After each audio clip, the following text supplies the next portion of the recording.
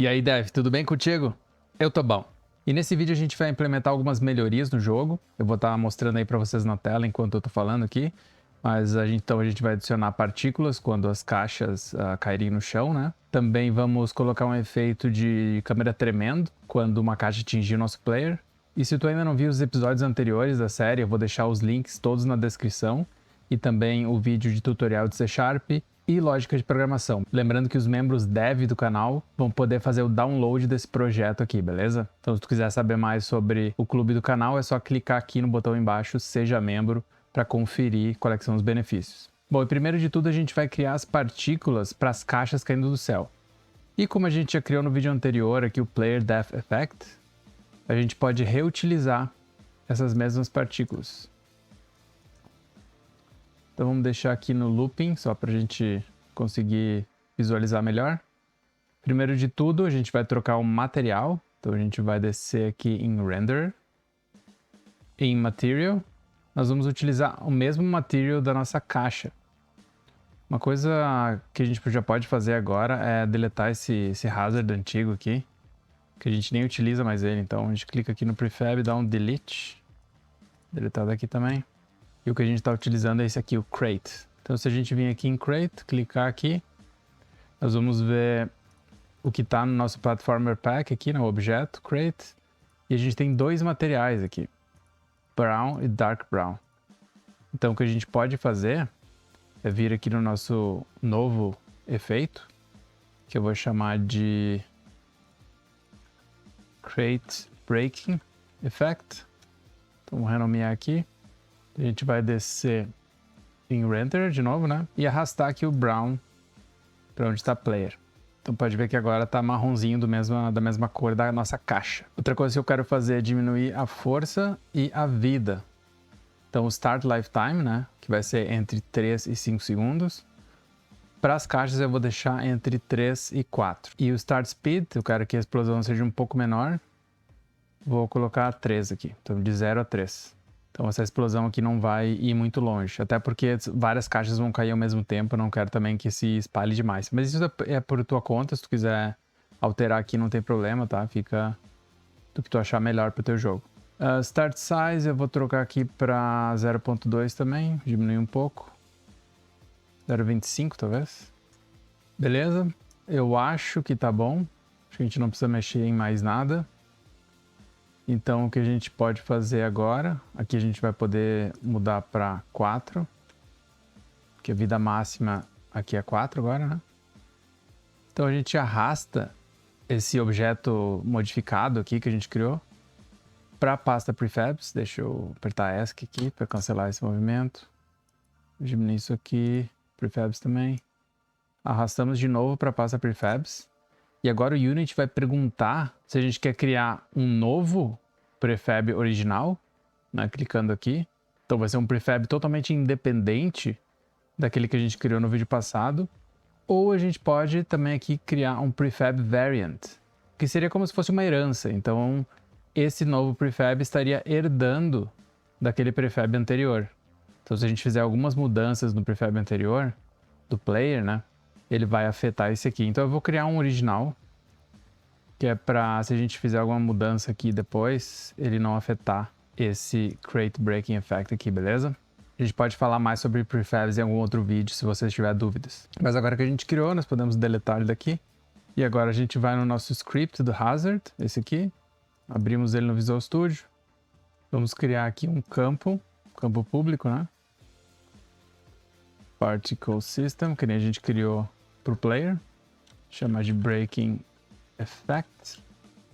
Então isso vai permitir que a gente coloque aquele nosso prefab que a gente acabou de criar no objeto Hazard, no Prefab Hazard, ok? Então a gente salva. O que a gente pode fazer também aqui dentro é vir no final desse if, dar um Ctrl ponto aqui e utilizar essa opção Add Braces, porque a gente vai colocar mais instruções aqui dentro. Então aqui depois de Destroy, a gente utiliza o método Instantiate, passando Breaking Effect, né, o nosso campo aqui. Vamos utilizar o Transform Position do nosso Hazard e passar aqui Quaternion Identity. Acho que até a gente pode simplesmente passar o transform aqui também, acho que vai funcionar.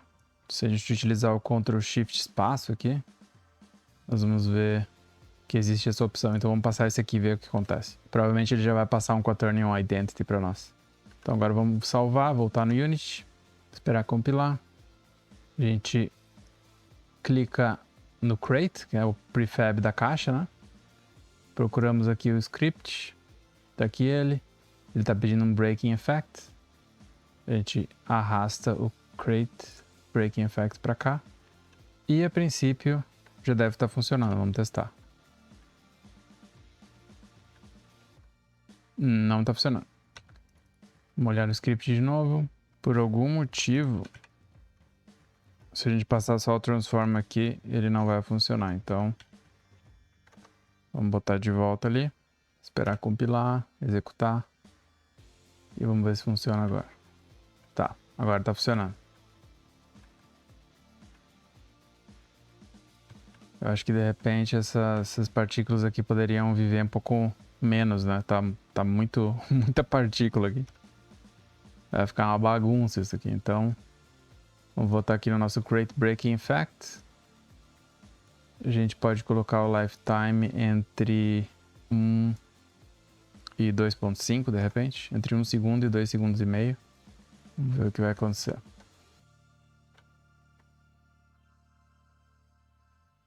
Tá, agora eu acho que tem muita partícula para sair, a gente pode diminuir.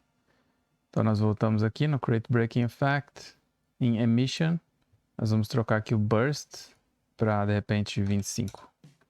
Vamos salvar, executar de novo. Bom, agora tá interessante, talvez com um pouco menos do que eu imaginava. Vou deixar 30 de repente. Tá. Beleza. Acho que tá legal isso aqui.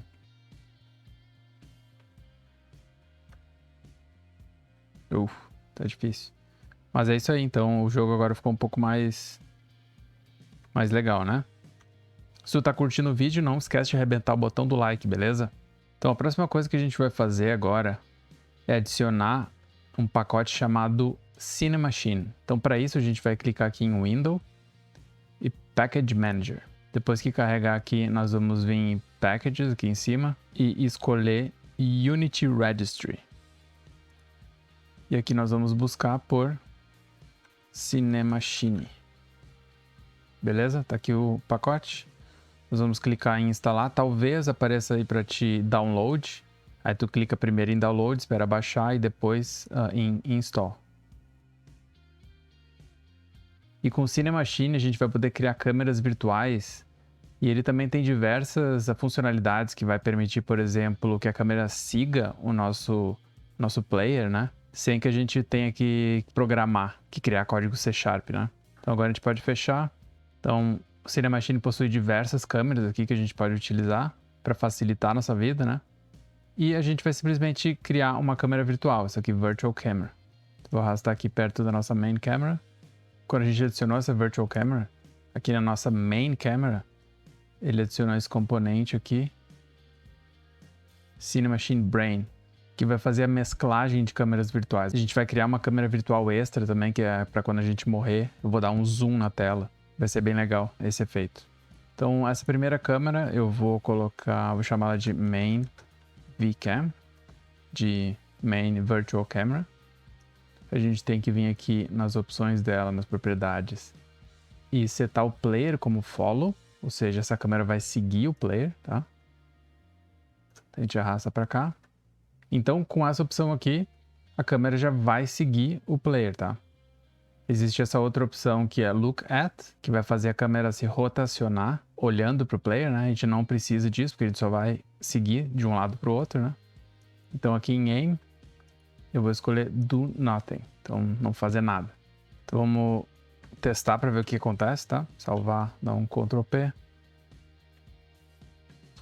Tá, a gente viu que a câmera está seguindo o player, né? Só que está muito para baixo. Então se a gente vier aqui em Game, nós vamos ver o que a câmera, a nossa Virtual Camera está olhando, tá? Então por padrão a gente já viu que essa main VCam está sendo usada como a live camera, a câmera ao vivo. Então a gente clica aqui de novo. Primeiro a gente vai zerar essas rotações aqui. Position ele vai setar automaticamente, né, de acordo com onde o player tá. Então se a gente vir aqui pro lado, em câmera, ela tá aqui agora, então a position mudou, né? Então vou dar um Ctrl Z aqui. Beleza. Voltamos no main camera e a gente pode setar um offset, que é como se fosse uma margem, assim, talvez. Não sei exatamente como traduzir isso aqui, mas a gente pode setar aqui uns valores para fazer com que essa câmera fique seguindo de mais perto ou de mais longe, por exemplo, né? Então acho que menos 10 aqui tá legal. O Y a gente coloca um pouco mais para cima. Vou deixar aqui 1.2, de repente. Acho que 2 tá legal. E o X nada, né? Porque a gente quer centralizado. Então vamos ver o que acontece agora.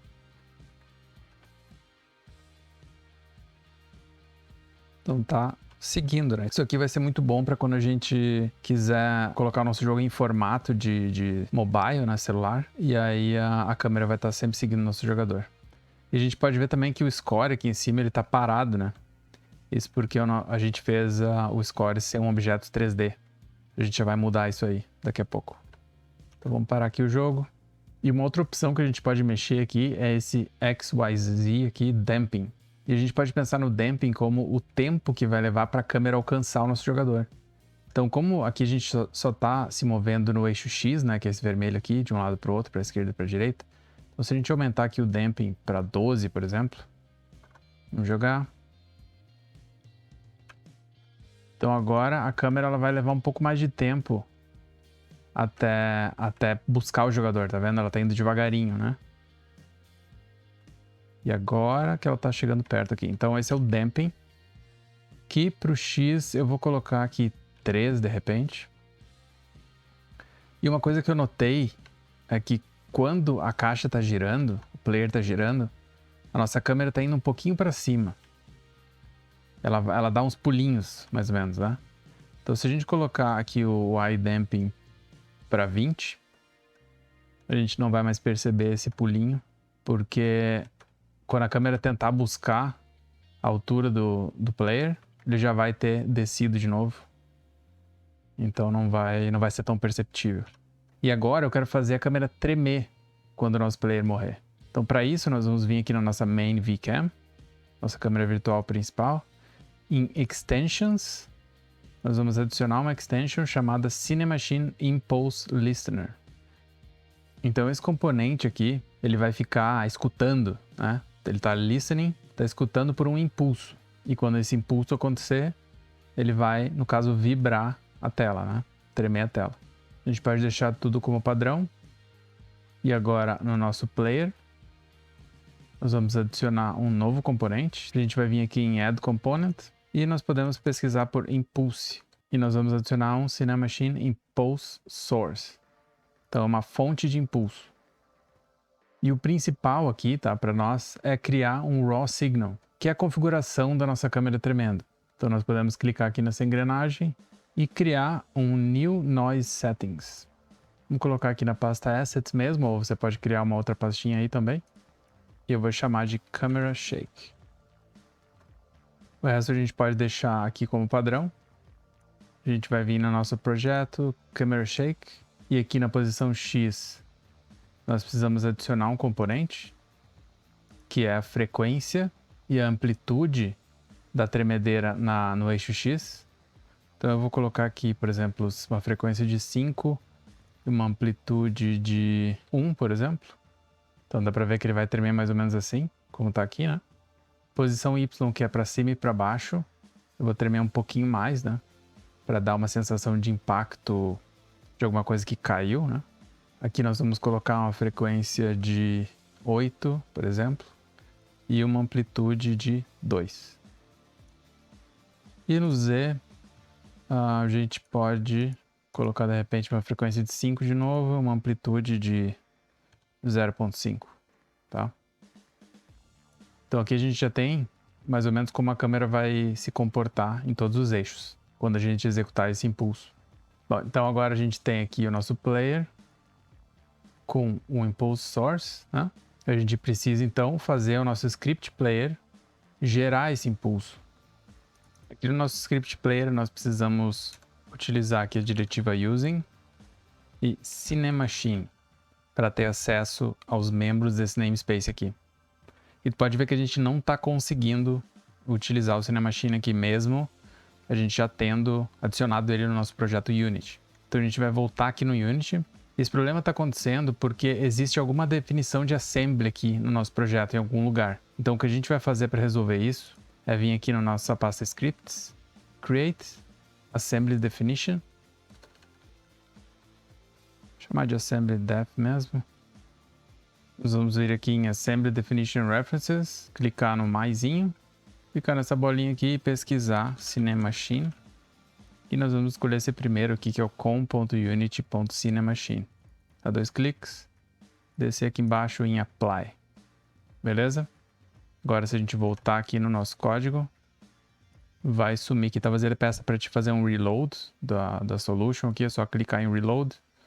E agora ele vai estar disponível para nós. Então agora a gente vai criar aqui um campo privado chamado cinemachine impulse source, esse aqui.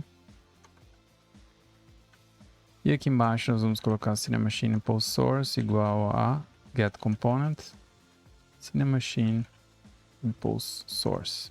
Então com isso aqui ele vai buscar o componente impulse source que está taxado no nosso player. Nós até podemos passar esse instantiate para depois do destroy. E quando a gente morrer nós vamos utilizar o cinemachine impulse source generate impulse. E agora vamos ver o que acontece. Vamos esperar compilar, vamos voltar. Ele está reclamando que não está encontrando o namespace tmpro. Então nós vamos ter que voltar aqui no assembly info. E procurar aqui, clicar aqui na bolinha e procurar o text mesh pro. Essa primeira aqui. Apply. Vou tentar executar agora. Vamos morrer. Bom, tremeu a câmera. É isso aí. A gente pode fazer também cada uma dessas caixinhas, quando elas caírem no chão, ela gerar um impulso também. Então, para fazer isso, nós vamos no nosso prefab da crate, né? Adicionamos aqui também o impulse source. Vamos utilizar o mesmo sinal, que é o camera shake, que a gente criou. Só que eu vou colocar uma amplitude menor. Ou seja, ele vai deixar o efeito um pouco mais fraco, né?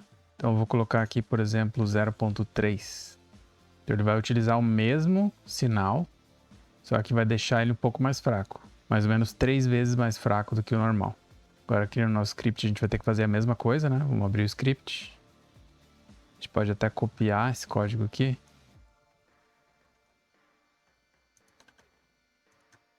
Clicamos aqui, podemos usar o Ctrl ponto também, para já adicionar o using.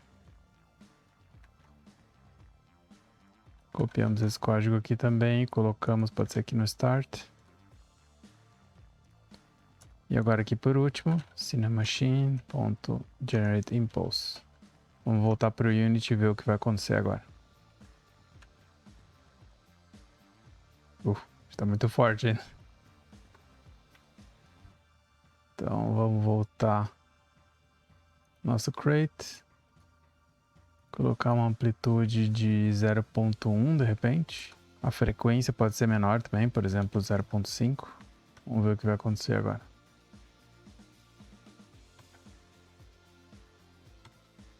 Acho que tá interessante. Isso também, se tu decidir não colocar isso aqui, não tem problema, não precisa botar.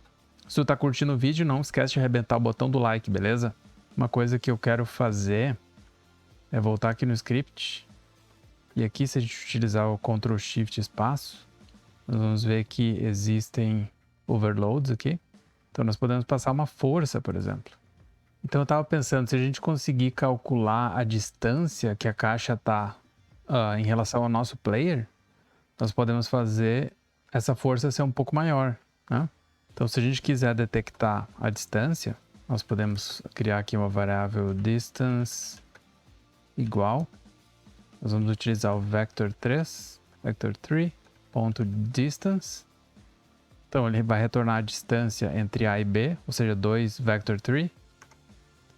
Então, nós podemos, por exemplo, utilizar aqui o transform position do nosso hazard, né, que é um vector3 aqui, position. E passar também o transform position do player.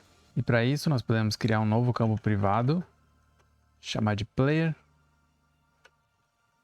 E aqui embaixo nós vamos setar o player igual a e usar um método que é um membro de todas as classes MonoBehavior, chamado find object of type.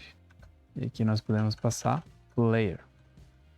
Então ele vai achar na nossa hierarquia um objeto do tipo player, que no caso a gente só vai ter um, né? Então aqui nós podemos utilizar player.transform.position. Vamos arrumar aqui, distance. E esse método vai retornar um float. Ou seja, ele vai retornar exatamente a distância que o hazard está do nosso player. Então se a gente utilizar aqui o debug.log distance, podemos salvar. Então a gente vai voltar no Unity, executar o jogo. E a gente fica olhando aqui no cantinho inferior esquerdo, né? Nós podemos ver ali que está aparecendo um número ali, né? Então quanto mais longe, maior vai ser esse número. Quanto mais perto, menor vai ser o número. Então como a gente quer que o impulso seja maior quando a caixa cair mais perto, a gente tem que, de alguma maneira, fazer um número que é menor, né? A distância é menor quando está mais perto, fazer com que esse número seja maior. Então nós podemos aqui criar uma variável chamada force, que é o que esse generate impulse pede, igual a 1 dividido por distance. Ou seja, nós vamos pegar o inverso disso. Então, digamos que a distância seja 10. Se a gente fizer 1 dividido por 10, isso vai nos retornar 0,1. Agora, se a distância for 2, vai retornar 0,5. E se a distância for 1, vai retornar 1. Então, quanto maior for o número aqui, ou seja, maior a distância, né? Menor vai ser o resultado, que é o que a gente quer. Então, a gente pode passar aqui, force. Então, a gente vai dividir 1 pela distance, né? Vou colocar aqui um F também, só para ter certeza que isso aqui é um float. Vou colocar aqui um debug.log também. Force, para ver o que ele vai retornar. Vamos voltar no jogo e executar ele. 0.7, 0.1, 0.2. Então dá para ver que quanto mais perto, maior vai ser a força. Vocês conseguem notar também, ó. Tá vibrando bem pouquinho, agora vai vibrar um pouco mais. Ó, vibrou um pouco mais. Agora vibrou menos, vibrou mais. Então é isso que a gente pode fazer também para dar um efeito bem legal no jogo. A gente pode até aumentar também a amplitude de novo aqui na nossa crate. Colocar 0.2, por exemplo. Vamos ver como é que fica. E é isso aí, experimentando. Experimentando os valores para ver quanto que fica melhor, né? Ó, tá tremendo bem pouquinho lá no fundo. Então quando ele tá longe, ele treme menos. Quando cai perto, treme mais. Essa é a ideia. E quando bate em cima da caixa, treme bastante. Eu falei também que a gente ia fazer uma outra câmera para chegar mais perto quando a gente morrer, né? Então para isso nós podemos duplicar essa main VCam. Então, a gente clica aqui e utiliza o Ctrl D. Ou então a gente pode clicar com o botão direito e duplicate. Mas eu vou usar o Ctrl D aqui. Vamos arrastar para cá. E vamos chamar essa aqui de Zoom VCam. Agora nós podemos desabilitar essa main VCam aqui. Desabilitar o Game Object. Só para no game a gente conseguir ver essa Zoom VCam. Aqui em Main Camera nós podemos ver que a Live Camera agora se transformou em Zoom VCam. Então a gente vem aqui, podemos utilizar aqui o Lens Field of View.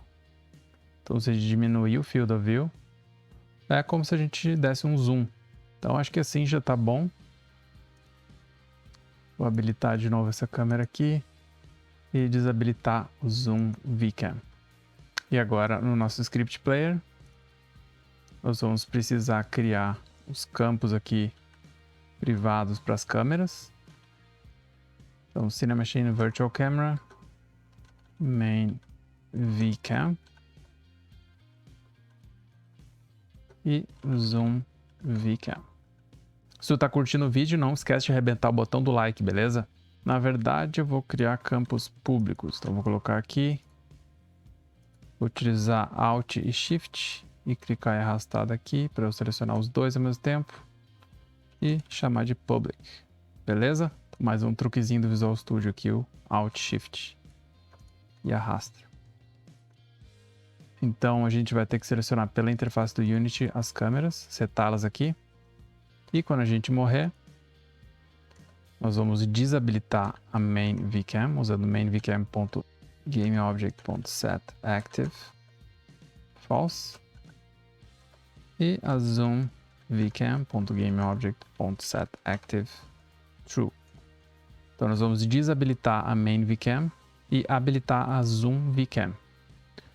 Para facilitar isso, a gente até pode, vamos utilizar aqui o Alt Shift de novo, arrastar aqui e simplesmente usar aqui GameObject. A gente não precisa utilizar aqui GameObject, podemos utilizar o mesmo Alt Shift, deletar e já setamos como inativo o main VCam e ativo o zoom VCam. Voltamos no Unity, no nosso player, Script Player, arrastamos a main VCam para esse campo main VCam e a zoom VCam para esse outro campo aqui. Agora vamos ver o que isso vai fazer. Executar o jogo. Vamos morrer. Bom, a câmera começou a chegar mais perto. Ou seja, o brain, né, da Cinemachine já fez essa transição de câmeras para nós. Mas eu achei que ficou muito devagar. Então nós voltamos aqui na main camera, descemos até o Cinemachine Brain. E aqui no Default Blend, nós podemos colocar ele para, por exemplo, 0.5 segundos. Ou seja, aquela mudança de câmera, né? Mudança gradual, vai levar meio segundo para acontecer agora. Que eu acho que vai ficar mais legal. Talvez podemos diminuir até mais. Acho que ficou legal. Acho que eu vou só dar mais um ainda. Então aqui podemos colocar, por exemplo, 45. Field of View. Executar de novo. Bom. Acho que vai ficar legal. Depois a gente vai exibir o menu aqui. Mas já é um efeito que dá um pouco mais de vida, né, no jogo. As alterações da UI aqui, no nosso texto de score, eu vou deixar para o próximo vídeo. Que a gente vai criar também uma tela de Game Over. Com animação e tudo. Então vai ficar bem legal. E assim a gente vai evoluindo o jogo. E lembrando que se tu for um membro dev do canal, tu vai poder fazer download desse projeto aqui, beleza? Se tu não quiser perder nenhum outro vídeo da série também, te inscreve no canal e ativa o sininho para receber a notificação, beleza? Um abraço e até o próximo vídeo.